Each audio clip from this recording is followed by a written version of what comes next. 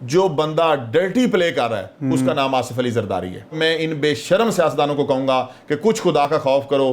اس وقت جب ملک کو تمہارے اتحاد کی ضرورت ہے, تم اپنے ضمیر کی قیمتیں لگوانے نکلے ہوئے ہو. خان صاحب سے کہوں گا کہ اس صورتحال سے نکلنے کے بعد یہ زرداری جیسے ڈاکو کو کبھی نہ چھوڑیں. میڈیا نیوز کی ویڈیو دیکھنے کے لیے ہمارا چینل سبسکرائب کیجیے اور بیل کے آئیکن پر کلک کیجیے. بسم اللہ الرحمن الرحیم. السلام علیکم ناظرین. ناظرین آپ دیکھ رہے ہیں میڈیا نیوز اور میں ہوں اسد قاضی.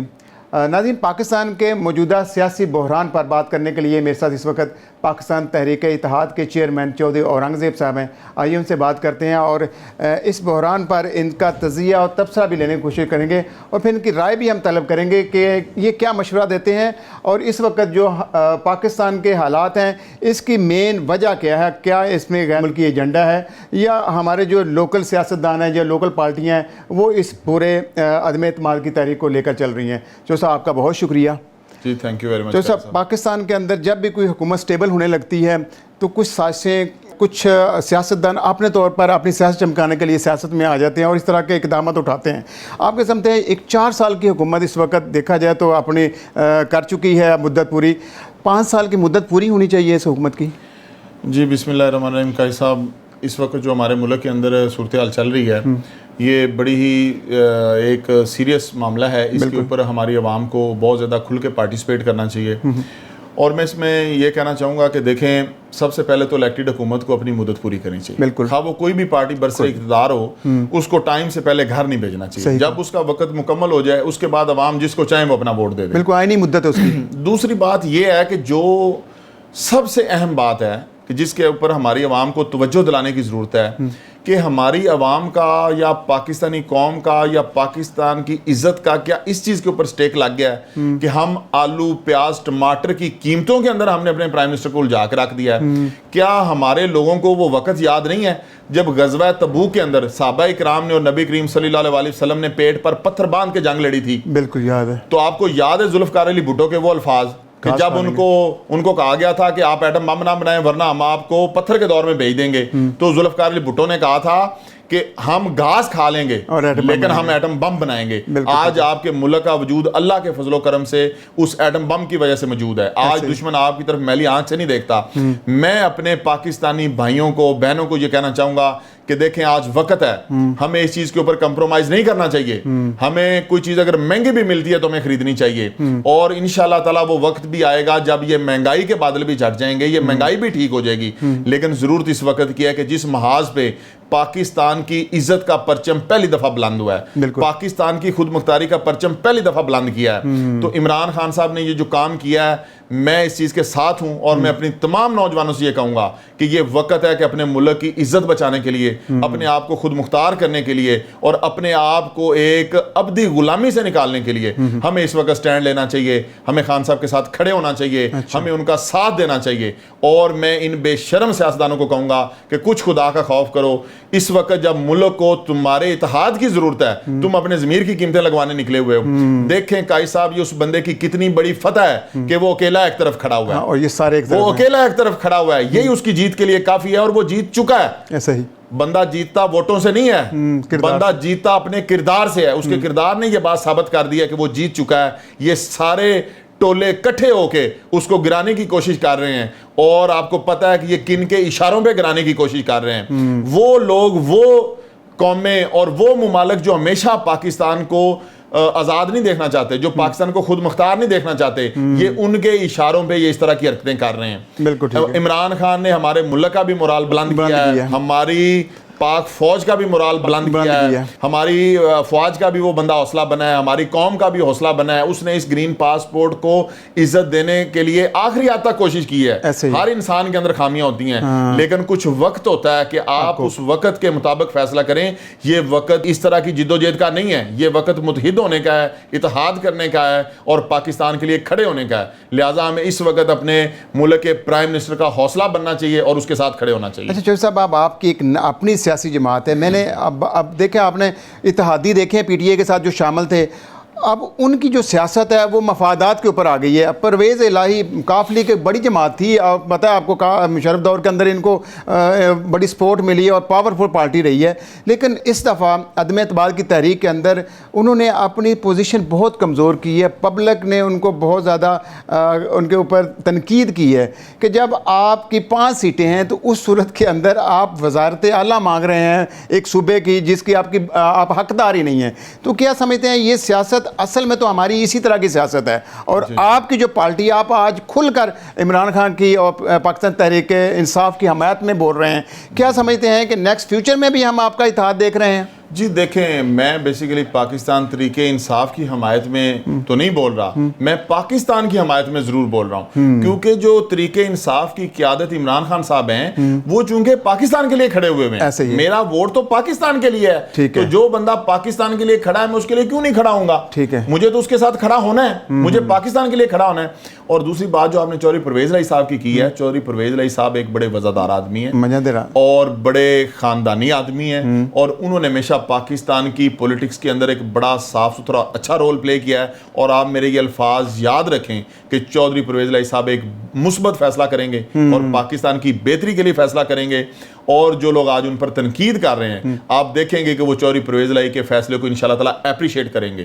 اس پوری گیم کے اندر, اس پوری صورتحال کے اندر جو بندہ ڈرٹی پلے کر رہا ہے اس کا نام آصف علی زرداری ہے. سب سے غلط کام, اور تمام سیاستدانوں کو جو بندہ ڈی ٹریک کر رہا ہے, جو بندہ ہارس ٹریڈنگ کر رہا ہے, جو بندہ مس گائیڈ کر رہا ہے, جو بندہ پیسے سے ضمیر خریدنے کی کوشش کر رہا ہے, اس کا نام آصف علی زرداری ہے. وہ بندہ سب سے بڑا مجرم ہے اس ملک کا, اس کا ہر ایک بچے کو پتا ہے کہ وہ کتنا بڑا قومی مجرم ہے. اور اس بندے کو میں خان صاحب سے کہوں گا کہ اس صورتحال سے نکلنے کے بعد یہ زرداری جیسے ڈاکو کو کبھی نہ چھوڑے. لیکن چودھری صاحب ایک چیز میں آپ کو شیر شید کا بیان بھی آیا, ہم بھی 2-3 دن سے سوشل میڈیا پہ یہ کمپین کر رہے تھے کہ پنجاب اور سندھ, خاص طور پر سندھ میں گورنر راج نافذ کر دینا چاہیے. اب سندھ گورنمنٹ وفاق پاکستان کو کمزور کر رہی ہے, اور آپ کی بات 100%. میں صاحب آپ کو آپ کے تھرو اور آپ کے چینل کے تھرو یہ کہنا چاہوں گا کہ خان صاحب پلیز, اور ہماری گورنمنٹ کے اور ہمارے جتنے بھی مقتدر حلقے ہیں, کہ آپ اپنی حکومت کو بچانے کے لیے صرف گورنر راج نافذ نہ کریں, آپ سندھ کے بھوکے بچوں کو مرنے سے بچانے کے لیے گورنر راج نافذ کریں. ادروائز یہ زرداری نے تو معصوم بچوں کی بھی جانیں لے لی ہیں. بالکل صحیح کہا. یہ پیپلز پارٹی کی جو گورنمنٹ ہے اس نے تو غریبوں مسکینوں کے سر سے چھت چھین لی ہے, پینے کا پانی چھین لیا ہے. تو خدا کے لیے ان بچوں کو روٹی, کپڑا اور مکان دینے کے لیے سندھ میں گورنر راج نافذ کر دیں. اللہ نے آپ کی حکومت بچانی اور انشاءاللہ تعالیٰ بچ جائے گی. لیکن آپ صرف طریقے عدم اعتماد سے نمٹنے کے لیے ہی گورنر راج نہ لگائیں, آپ سندھ کی عوام کے تحفظ کے لیے گورنر راج لگائیں.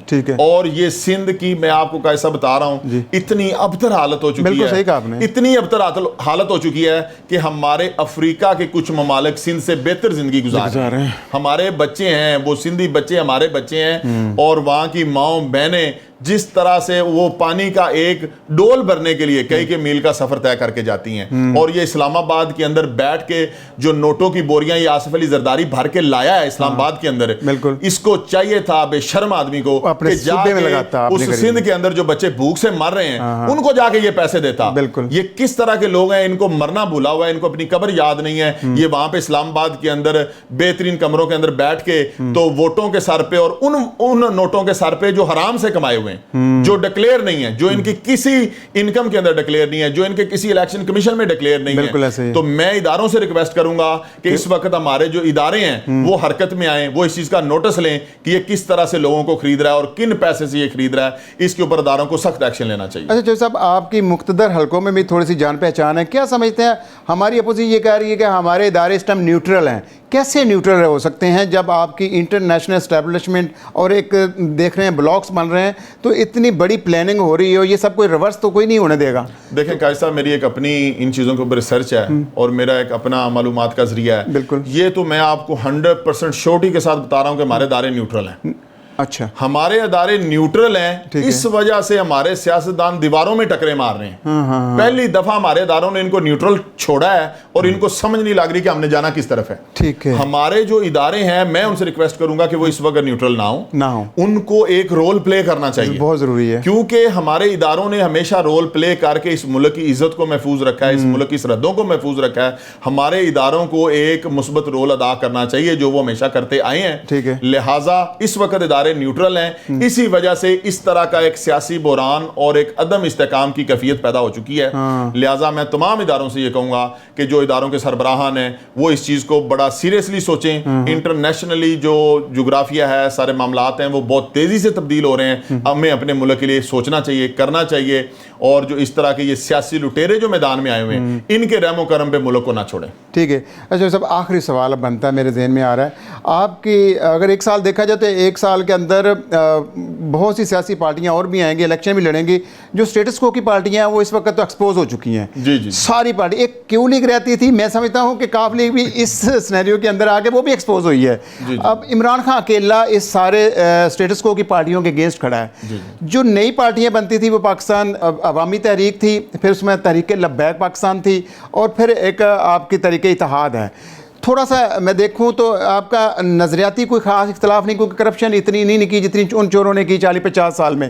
تو یہ ایک آپ متحد ہو کر ایک پلیٹ فارم پر مل کر آواز نہیں اٹھا سکتے اور آگے نیکسٹ حکومت میں آ سکتے ہیں؟ دیکھیں, ہماری پارٹی کا تو بنیاد اس کے اوپر ہے قائد صاحب کہ ہماری جماعت کا نام تحریک اتحاد اس لیے ہے کہ ہم کہتے ہیں کہ ہمارے ملک کے سارے وہ لوگ جو ہمارے ملک کے لیے اچھا کام کرنا چاہتے ہیں ان کو پاکستان کے لیے اتحاد کرنا چاہیے. بالکل ٹھیک ہے. ہم یہ نہیں کہتے ہیں کہ ہماری پارٹی کے ساتھ آ کے اتحاد کر لو, ہم کہتے ہیں پاکستان کے ساتھ آگے اتحاد کر لو. اور جب تک قائد صاحب یہ اتحاد نہیں ہو جاتا, جب تک یہ لوگ اکٹھے نہیں ہو جاتے, جب تک ہم سب لوگ مل کے اس ملک کی تقدیر بدلنے کے لیے نہیں نکلیں گے, اس وقت تک اس ملک کی تقدیر نہیں بدلی جا سکتی. اور میں ذاتی طور پہ ڈاکٹر طاہر القادری صاحب کو اپریشیٹ کرتا ہوں. میں نے ان کا پورا سیکٹریٹ وزٹ کیا ہے, میں نے ان کا پورا منشور دیکھا ہے, میں نے ان کا پورا سسٹم دیکھا ہے. بڑی آرگنائزڈ, بڑے علمی لوگ اور بڑی ان کی ریسرچ ہے معاملات کے اوپر. طاہر القادری جیسے لوگوں کو آگے آنا چاہیے, لیڈ کرنا چاہیے اس ملک کو. ہم ان کے ساتھ کھڑے ہیں.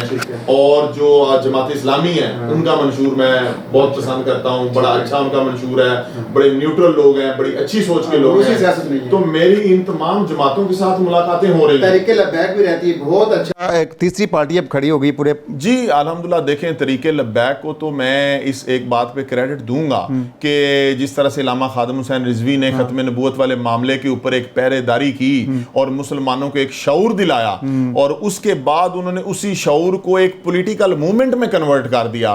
تو کسی بھی چیز کو پولیٹیکل موومنٹ کے اندر کرنا ایک آرگنائزڈ اور لیگل وے ہوتا ہے, اور انہوں نے وہ لیگل وے اڈاپٹ کیا ہے. تو بالکل ہم تحریک لبیک کے جو نظریات ہیں ناموس رسالت کے بارے میں, ہم اس کے ساتھ کھڑے ہیں. اور ہم خود الحمدللہ ختم نبوت کے اور ناموس رسالت کے چوکیدار اور پہرے دار ہیں الحمدللہ. تو اس طرح سے تمام سیاسی جماعتیں جن کا آپ نے ذکر کیا ہے, جو نظریاتی طور پر پاکستان کے خیر خواہ ہیں, جو انٹرنیشنل اسٹیبلشمنٹ کے پٹھو نہیں ہیں, انشاءاللہ تعالی ہم ان کے ساتھ اتحاد کریں گے, ان کو ملا کر چلیں گے. تو صاحب آپ کا بہت شکریہ. ناظرین, آپ نے تحریک اتحاد کے چیئرمین کی باتیں سنی. ایک چیز میں آپ کو کہتا چلوں کہ جب ہمیں لاسٹ ٹائم ایک بڑا لیڈر ملا تو بھٹو کے دور کے اندر بھی اس وقت شاہ فیصل نے کچھ اقدامات کیے تو ان کو نشانی عبرت بنا دیا گیا. اب پھر ہم تحریک اپنے کو دہراتی ہے. آج پھر ہمارے پاس موقع آیا ایک عالمی سطح پر, میں جیسے کہ بات کروں گا کہ عمران خان نے اپنے آپ کو منوایا اور ایک عالمی طور پر ایک لیڈر بن کر اوپر ہے. تو ہمیں ان کو چھوٹے جو ایشوز ہیں مہنگائی کے اور بڑے ایشوز ہیں ان سے ہمیں نکلنا چاہیے, اور جو انٹرنیشنل اسٹیبلشمنٹ کی سازشیں ہو رہی ہیں ہمیں اس کے خلاف کھڑے ہونا ہے, اور جو ان کے اعلیٰ کار بنے ہوئے ہیں ان کو بھی ایکسپوز کرنا ہے. ویڈیو دیکھنے کا شکریہ. انشاءاللہ ملاقات ہوگی. اللہ حافظ.